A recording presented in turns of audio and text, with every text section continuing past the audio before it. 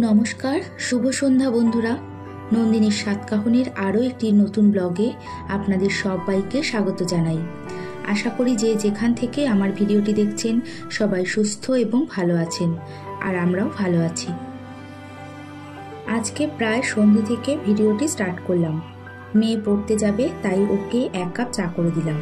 সকালবেলা খুব ব্যস্ত থাকার জন্য কোনো ভিডিও শ্যুট করতে পারিনি।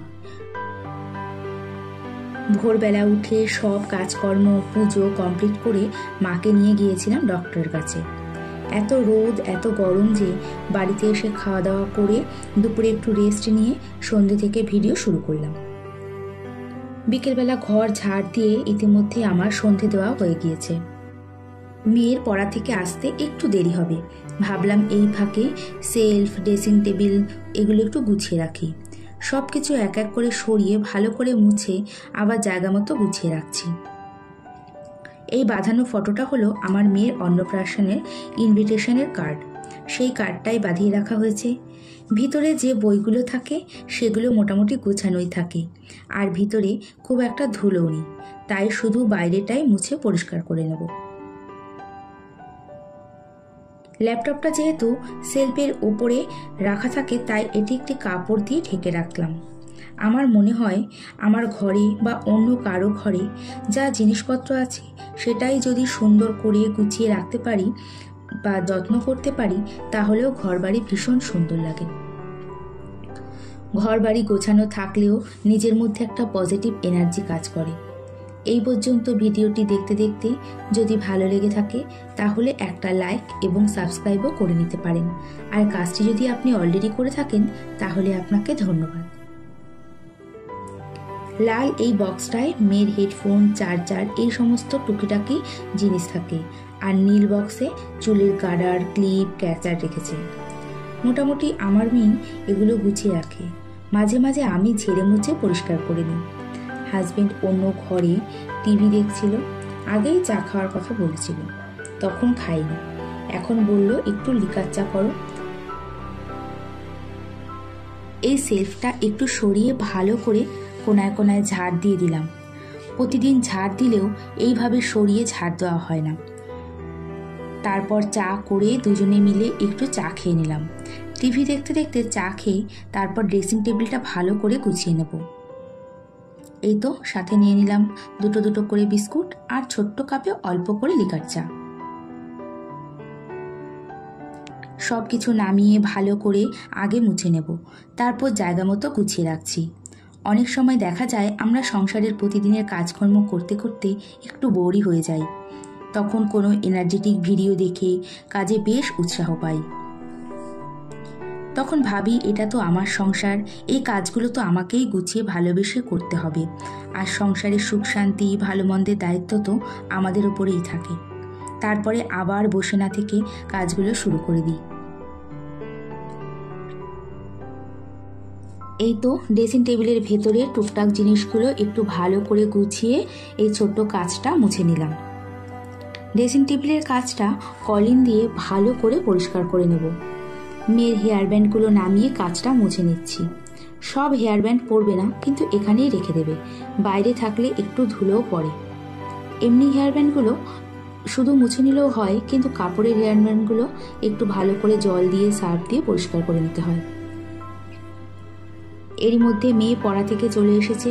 মেয়ের বিছানাটা ভালো করে ঝেড়ে ঘরটাকে ভালো করে ঝাড় দিয়ে দিলাম। ঘরটাকে ভালো করে ঝাড় দিয়ে নিলেই তারপরে এই ঘরের কাজটা কমপ্লিট হয়ে যায়। শুধু যেহেতু ঘরটাই ঝাড় দিয়ে দেব, তাই ময়লাগুলো এখান থেকেই তুলে নেব। আর ময়লা ফেলার এটাকে কি বলে সঠিক জানি না, এটার মধ্যে ব্রাশ দিয়ে ময়লাগুলো তুলে ফেলি। ঝাঁটা থেকে ব্রাশ দিয়ে করলেই ধুলোগুলো খুব ভালো ওঠানো যায়। আগে আমি ঝাঁটা দিয়েই করতাম, কিন্তু এখন এই ব্রাশ দিয়ে ধুলোগুলো পরিষ্কার করে থাকি। এই তো ঘরটা পুরো সুন্দর করে গোছানো হয়ে গেছে। বাজার থেকে মেয়ে কলা নিয়ে এসেছে। কলাগুলো আমি এইভাবে দড়িতে সবসময় ঝুলিয়ে রেখে দিই, এতে কলাগুলো অনেক দিন ভালোও থাকে। মেয়ে 3টে এগরোল নিয়ে এসেছিল, 3জনে মিলে একসাথে খেয়ে নিলাম। এরপরে ঠাকুর ঘরের বেড কাভারটাই চেঞ্জ করে নেব।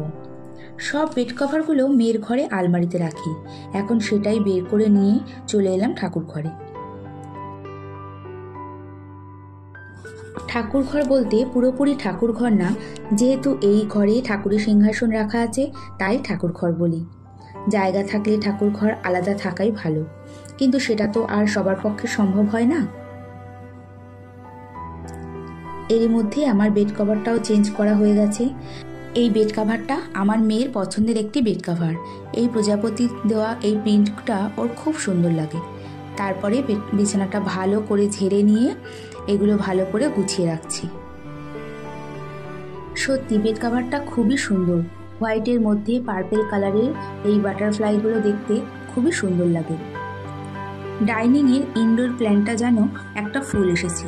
আমার এক বান্ধবী বলেছিল ফুল হলে নাকি এটা থেকে আর পাতা বের হয় না, তাই ফুলটা ছিঁড়ে ফেললে পাতা বের হবে। তাই এটাকেই আজকে ছিঁড়ে নিলাম, দেখা যাক নতুন পাতা হয় নাকি। আর ফুলের এই সাদা অংশটা প্রচণ্ড শক্ত।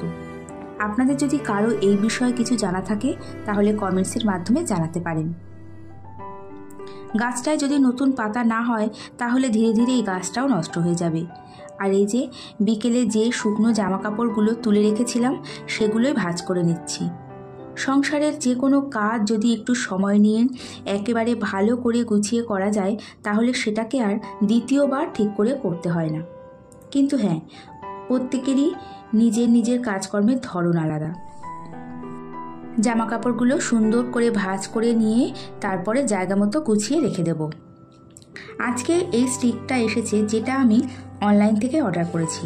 এটা বিশেষ করে ফ্যান পরিষ্কার করা বা উঁচুতে কোনো কিছু ছবি বা অন্য কিছু থাকলে সেগুলো ভালো করে পরিষ্কার করা যাবে।